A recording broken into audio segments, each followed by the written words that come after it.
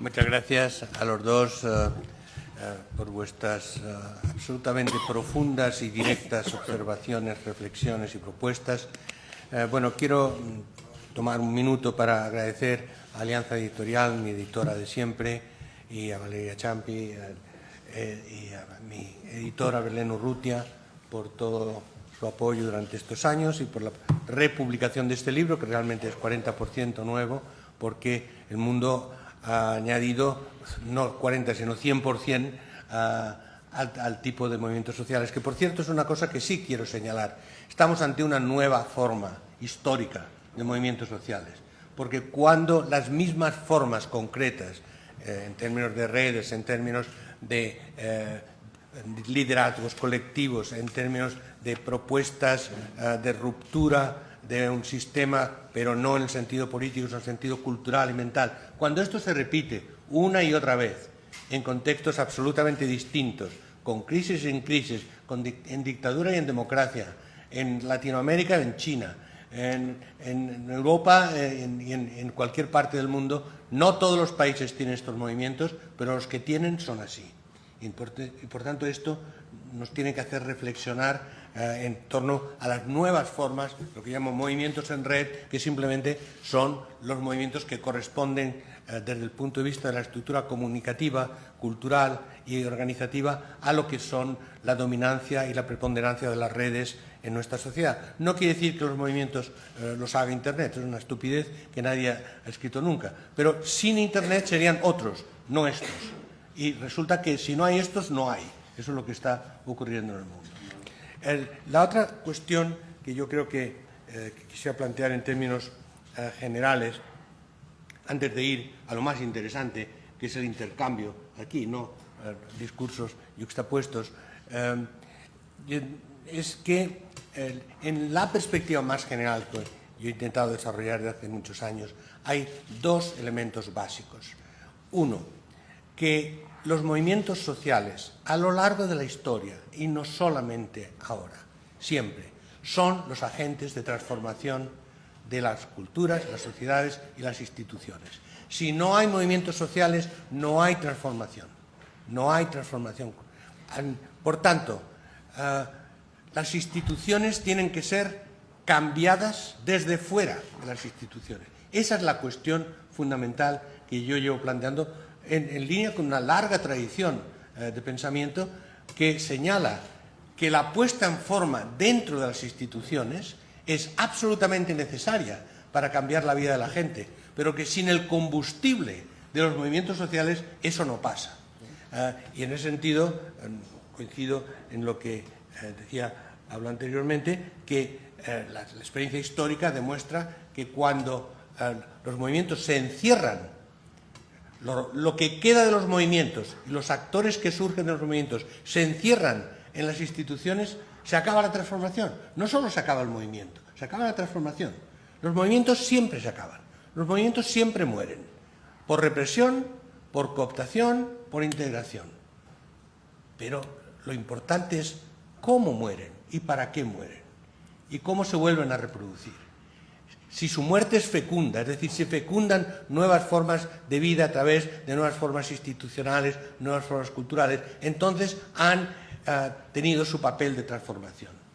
Y si no, entonces simplemente es un gran y heroico intento colectivo de cambiar la vida que es derrotado, y la historia está llena de derrotas y victorias. Pero cuando hay victorias de transformación son siempre a través de los movimientos sociales. No hay ni un solo caso en que la transformación venga de las instituciones, lo cual es algo muy serio, porque quiere decir que si de verdad hay que cambiar las cosas, no se puede esperar esto de los partidos políticos, así de claro, de los partidos políticos tradicionales anclados en las instituciones del Estado.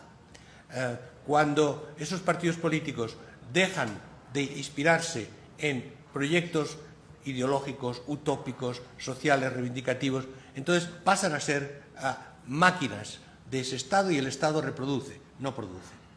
Ahora bien, al mismo tiempo, la relación que se ha señalado aquí, y ahí voy ya a las cuestiones concretas, partido y movimiento, es compleja y fundamental.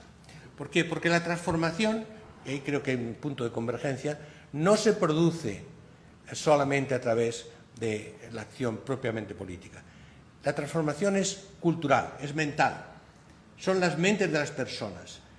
En el fondo, la forma como pensamos, la forma como actuamos. Y esa forma de pensamiento no es eterna, está constantemente modelada y modulada. Y por eso la comunicación es el espacio del poder, precisamente por eso. Porque depende de la capacidad de cualquier proyecto de transformación, de represión, de dominación, de conquistar la mente de las personas, ya sea por adhesión o ya sea por resignación, que es lo que ocurre generalmente, ya sea por entusiasmo de que se puede cambiar o por miedo a cambiar. En estos momentos, por ejemplo, en Europa, la gran batalla es la ofensiva conservadora de incitar miedo. Y además lo intentan traer en un ejemplo paradigmático, Syriza. Hay que dar miedo con Syriza. Si usted apoya a Syriza, le pasará como a ellos. No podrán tener dinero, no podrán comer, no podrán abrir los bancos. Miedo. Contra el miedo, que es la emoción humana más fundamental, solo hay dos reacciones, esto se ha estudiado empíricamente, solo hay dos antídotos. Uno, la indignación, que estoy tan indignado que no puedo soportar más esta vergüenza, esta humillación, esta injusticia, que no puedo soportar más no tener dignidad, que exploto sin pensar en las consecuencias, que fue el referéndum de Grecia. Pero la otra cuestión es la esperanza.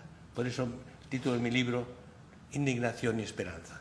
Porque después de la indignación tiene que venir una emoción positiva que diga, bueno, es que más allá tenemos que esperar algo. ¿Qué? Y aquí es la diferencia entre partido y movimiento. Los movimientos simplemente son emocionales. Todos los movimientos son emocionales. No tienen programa a lo largo de la historia. No tienen programa. O tienen un programa que es todo, todo a la vez. En Occupy Wall Street tenían 375 demandas concretas, muy concretas, como el fin de las bases militares de Estados Unidos en todo el planeta. Bueno, programas de ese tipo, vale, pero eso son utopías, son deseos, son emociones positivas de cambio. Eso tiene luego que ser procesado por las instituciones y, por tanto, por agentes políticos. ¿Pero qué agentes políticos? Y esa es la cuestión. Agentes políticos que sean constitutivamente capaces de procesar ese tipo de emociones, ese tipo de esperanzas.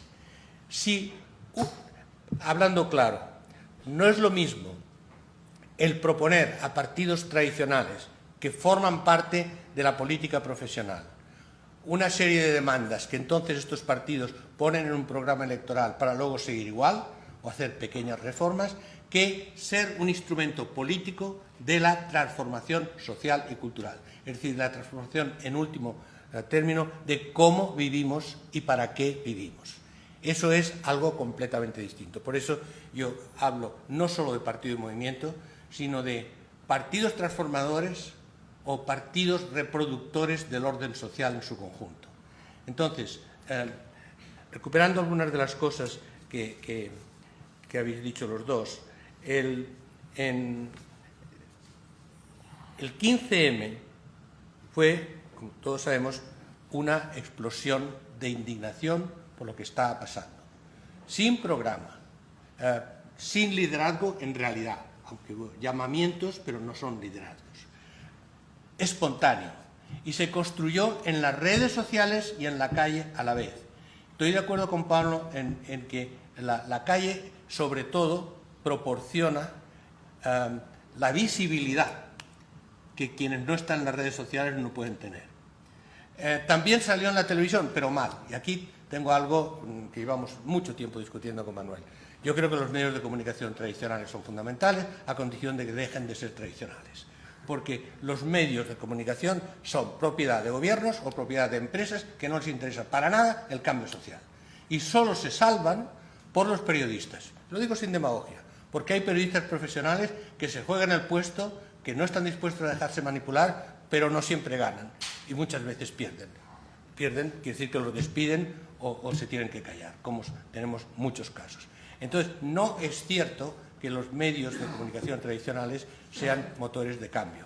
Pero lo que sí es cierto es que si no hay una penetración, y eso es lo que creo que Manuel decía, si no hay una presencia de alguna manera en los medios de comunicación tradicionales, entonces el mensaje es limitado en términos de los ámbitos a los que puede llegar.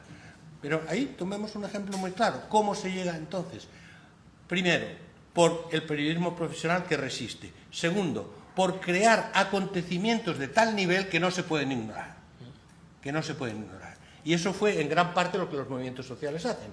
Los movimientos sociales crean una situación que se puede intentar manipular, pero solo hasta un cierto punto. O en la penetración, entonces, en ese espacio controlado y manipulado por las empresas, gubernamentales o capitalistas, ese espacio, en el caso concreto de España, por ejemplo, no todo es así, pero hay movimiento. Ese movimiento se construye y se desarrolla en las redes. Las redes siguen existiendo, las redes nunca se paran. Por eso estos movimientos son distintos de los otros, porque continúan trabajando constantemente. Y para dar un ejemplo de Estados Unidos, cuando todo el mundo decía Occupy Wall Street se ha muerto. Bueno, como movimiento sí, porque nunca hubo un movimiento articulado. Después de 7 meses de ocupar más de 1000 ciudades americanas, no hubo más ocupaciones de ese tipo. Pero las gentes que estuvieron allí siguen, y las redes siguen. ¿Y qué pasa? De repente hay otra llamarada de indignación, los asesinatos en serie de negros en Estados Unidos, y surge Ferguson, y surgen manifestaciones en todo el país de blancos y negros, y surge todo el movimiento actual de las vidas negras también cuentan, que sale de esas mismas redes que estaban ahí. Y cualquier cosa que pasa en la sociedad, ahora ya nunca más hay silencio. Cada vez que hay una injusticia, en todas las sociedades salen. Ahora, salen por donde salen. Quiere decir que eso no te garantiza los efectos positivos o negativos en términos de normatividad. Y ahí es donde el papel de una acción política consciente, organizada, reflexiva, etcétera, tiene un papel fundamental. Por tanto, el movimiento es la fuente de cambio social.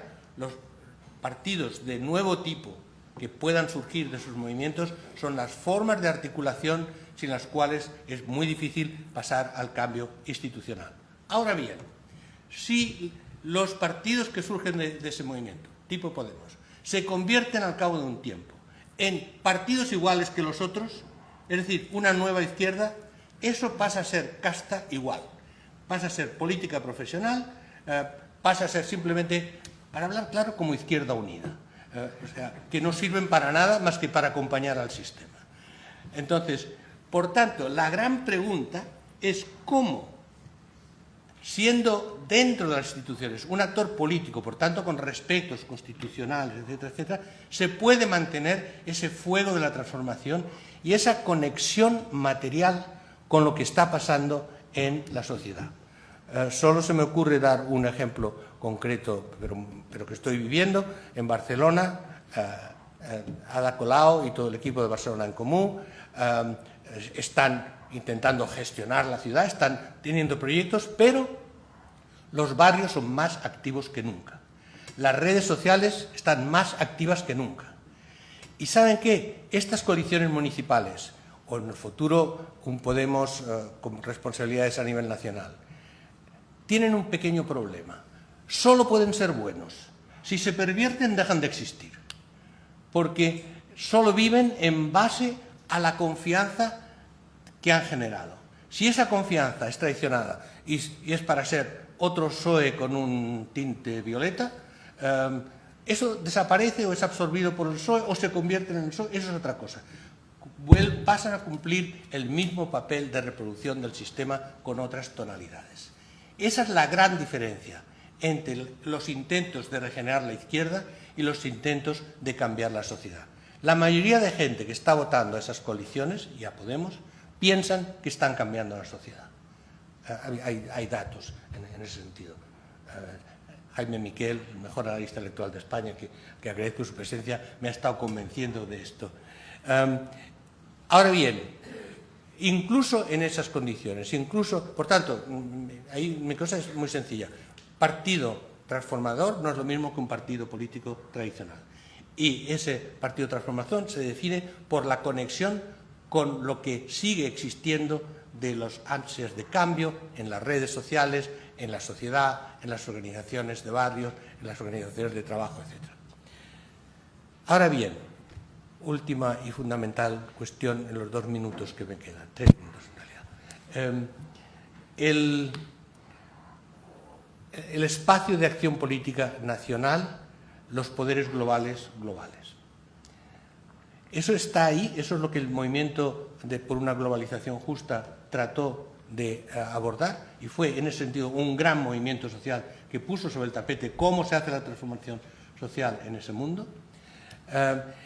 Y de hecho las únicas cosas que estamos viendo es que es a partir de gobiernos locales, tipo las coaliciones municipales actuales en España, que ha habido una verdadera revolución municipal y que el mundo se ha enterado y aquí parece que no, pero ha habido una revolución municipal. Esta revolución municipal es escalable en redes de cambio municipal que existen en el mundo. Por tanto, la vieja idea de escalar a lo global a través de enredar a lo local es una de las formas. La otra es que la capacidad de los estados nacionales en los que existe un proceso transformador, de articular sistemas de defensa recíproca frente a los poderes globales, es el horizonte potencial. Eso se ha producido en América Latina. En América Latina, estados que han sido transformados por movimientos sociales de nuevo tipo, cualquiera que sea lo que se piense de tal o cual estado. Pero ha habido un movimiento de apoyo frente a relaciones internacionales, apoyándose, por ejemplo, en otros poderes económicos, como China. Bueno, no es que creo que la salvación de Podemos sea aliarse con China, pero quiero decir que el mundo es un poco más amplio. Y, en último término, hay que creerse de verdad lo de Internet como red global de voluntades, proyectos y debate.